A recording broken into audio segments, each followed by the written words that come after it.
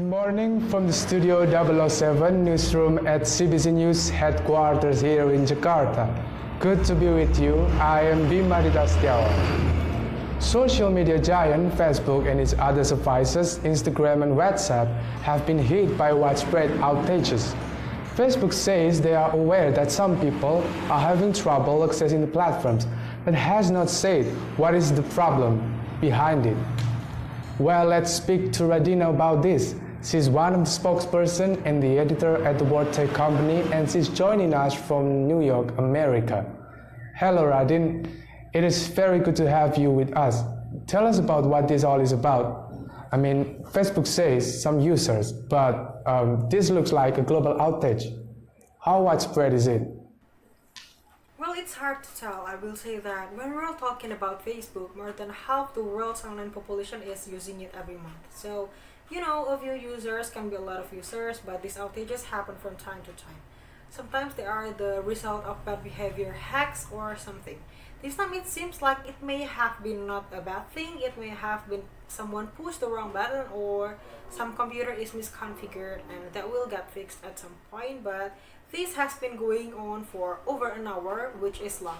And look, these things tend to be unusual because Facebook in particular really prides itself on working really well. Over the last 5 or 10 years, we have seen Google, Apple, Facebook, Amazon, all of them have been relatively stable before. It was pretty normal for the internet to kind of go in and out and some website not work. You can also look up the Twitter fail whale if you remember that period of internet history, so this stuff did happen.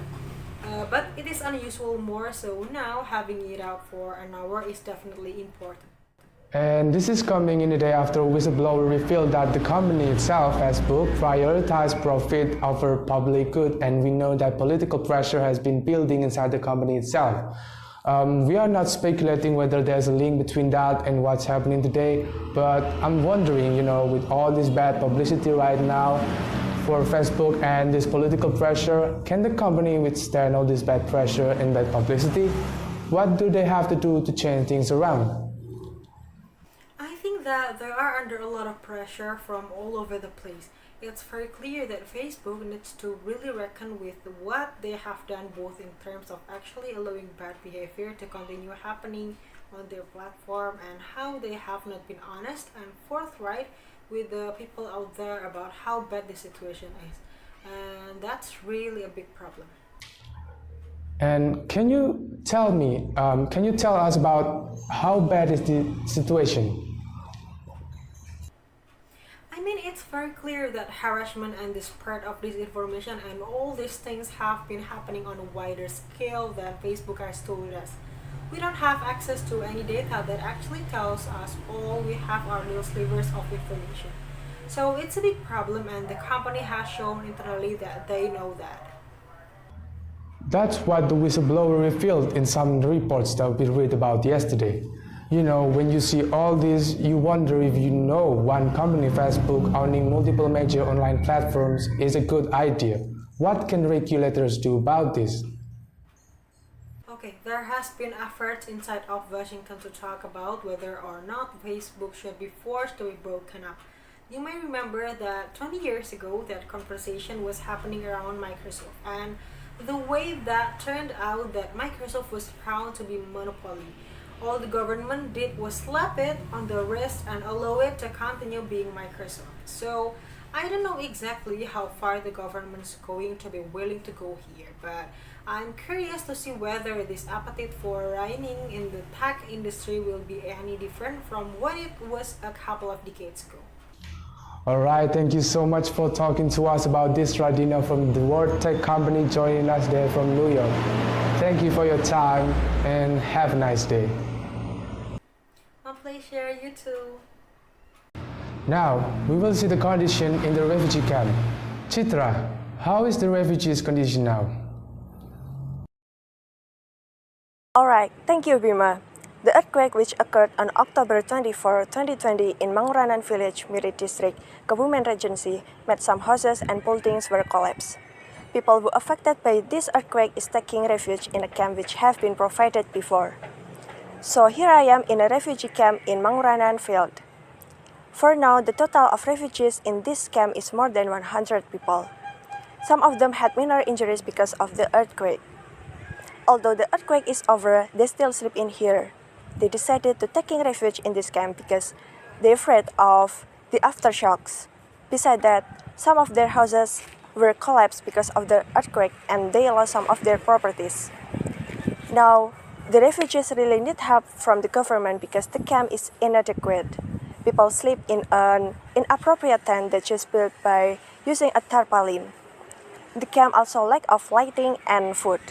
They really need help for foodstuff for the refugees. That is my report from the refugee camp. Thank you. Moving on to the next news. An earthquake that occurred in Kebumen, Central Java 3 days ago flattened several houses and residence facilities. Currently, our partner Fita Nur Ratri is at the scene. Hello Vita, how are things now? Alright, thank you Bima. Good viewers, this is the current state of Bangunan Village, Mirip District, Kebumen Regency.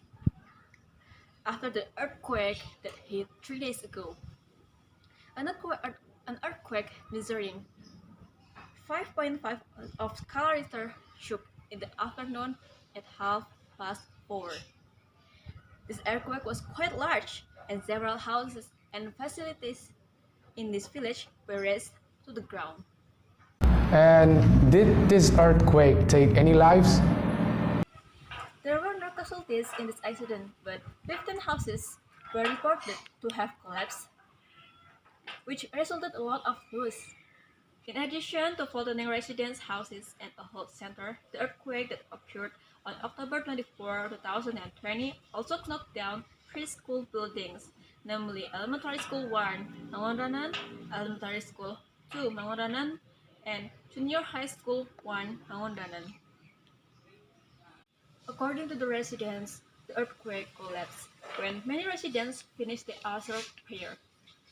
The shock was felt at first slowly, but gradually became a big shock. People panicked and ran out of their homes.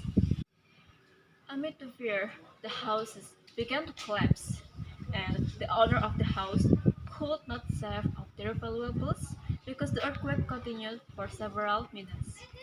After the earthquake completely stopped, the residents began to calm down and take their belongings that could still be saved.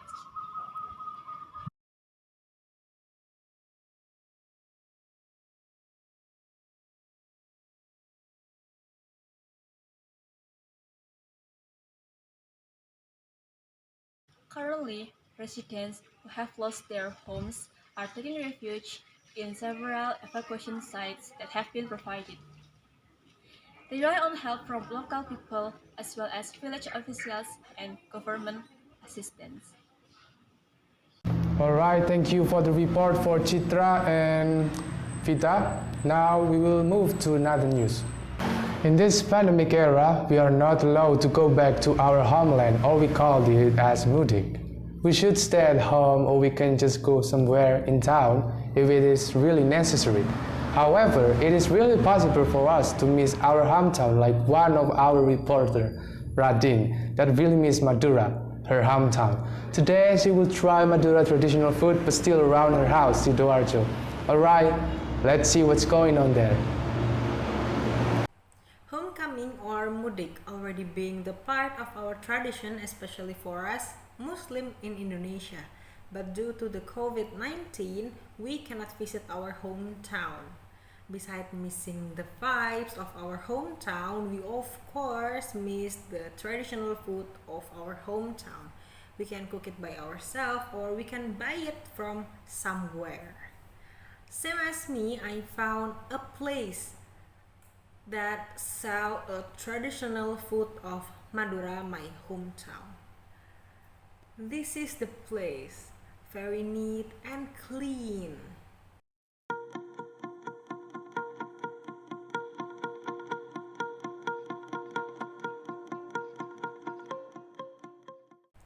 They have 4 special menu as you can see. I'm not from Madura, but when I saw so many people eat here, I decided to try and I like it. I eat soto and I think it's a bit different from soto I used to eat because it contains peanut sauce. And to make it fresh, I also add some cucumbers on it.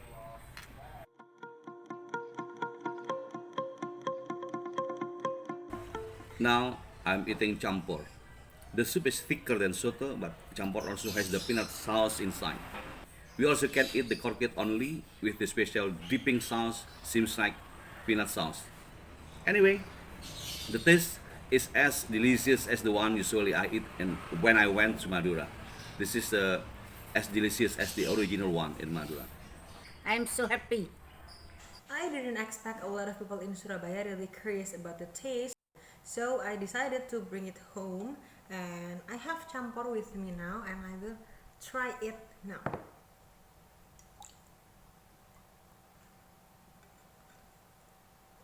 The taste is really Madura. Really similar with the one that I used to eat when I was going to Madura for homecoming. And for your information, campur is one of my favorite Madura traditional food.